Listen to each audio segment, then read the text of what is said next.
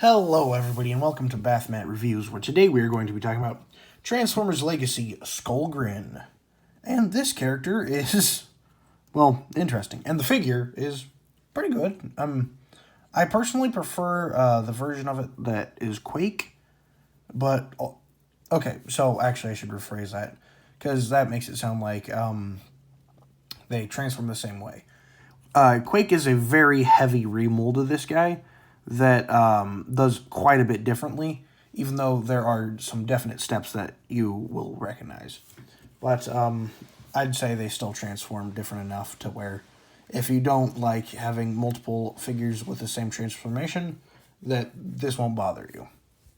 Anywho, yeah, let's talk about this design, because, well, it's very unique, to say the least. Got that head there that is the monster skull, but only the lower half of his jaw is there, and then you got the robot's body, and then you have the skull crotch, and then you have the little baby tail, and the tank things. Did I just say tank things? The tank barrels. You got the treads, and then you have his gun swords or sword guns. Which came first, the sword or the gun? At the same time. Obviously, sword came first. But he can hold them as a sword or a gun.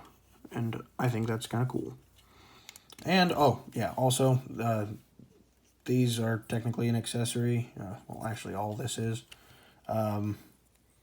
You can take this off and take these off, and then he can shoot them or whatever.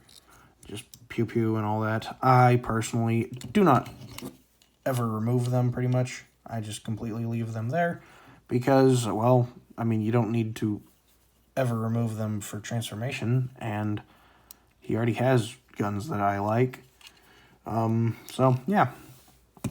Now, if you're wondering what the heck Skullgrin is, well, he is the legacy take on Pretenders, where they basically... So, a Pretender is a Transformer within a separate outer shell that looks like something else. The Autobots tended to look like humans in power armor, and the Decepticons looked like monsters of some kind. And what they would have been doing in Legacy is they'd take some of the monster features and then fuse that with the robot inside. And so that's why you have this one. And this is the only one that's like an actual big size. All the others are the tiny class. I don't remember what it's called. Is it Legends class? So yeah. I'm getting tired. Yeah, so that's why he is this way, and he has such a unique, weird head. Now, let's get into box review. So, here's the box. It's a bit damaged. It doesn't really matter. I guess this box, it was damaged when I got it, so, all the pieces were inside, so, quite frankly, I don't care how the box looks. It could come into me in a plastic baggie, and as long as it has all the pieces, I genuinely don't care. So, then, Transformers Legacy. You got Transformers Legacy, Skullgrin, Transformers, Deluxe Class, Hasbro. You have a big close-up on his face. You have Cybertronian. You have some cool artwork of Skullgrin. You have this side with that artwork there. That is pretty cool. Then you have Skullgrin at 20 steps. Then you have some of his stats. And you have a QR code that I don't know what that goes to, but it's probably not a Rickroll, so scan it if you want. And then there's the bottom. And yeah.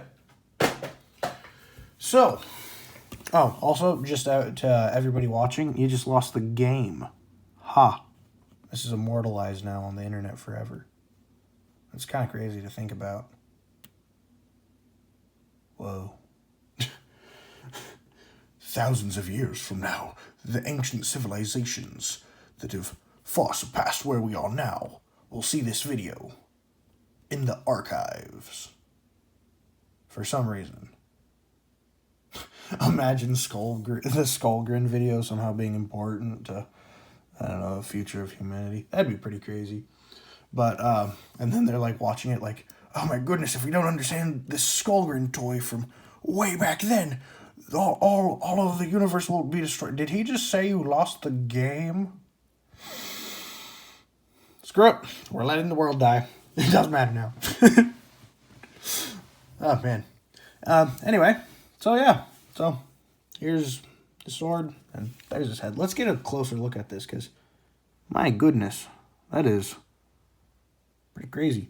Now, let's talk about articulation. So, you have a full 360, you have a bicep swivel, you have over 90 degrees of bend at the elbow, you have nothing at the wrist, but you do have downward motion due to transformation, which is awesome, because if you have him in the gun sword in the sword mode, he can actually do the pointy thing.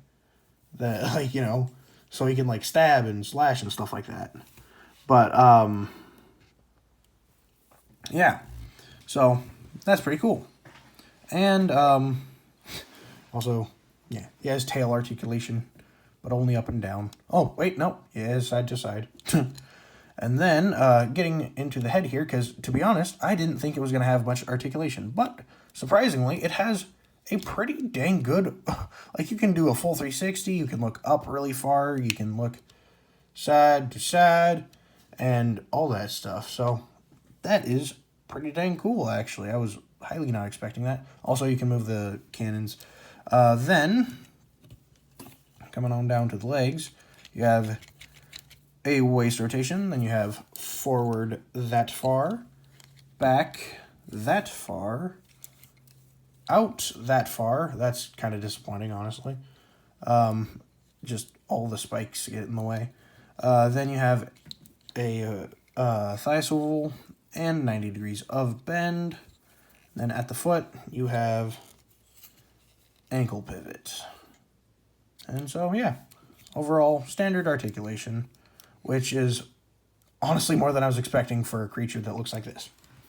Because, yeah, I really thought this head would, like, have very minimal articulation. But nope, it has a whole bunch of movement, which is pretty dang cool. Now let's get into size comparisons. So, here he is with my previous review, Slingshot. And just, let's get them standing up straight so that you can properly see how they scale together. And here he is with the prime unit of measurement. Oops, I just knocked something over. And yeah, so prime's bigger than him. And here he is with Batman.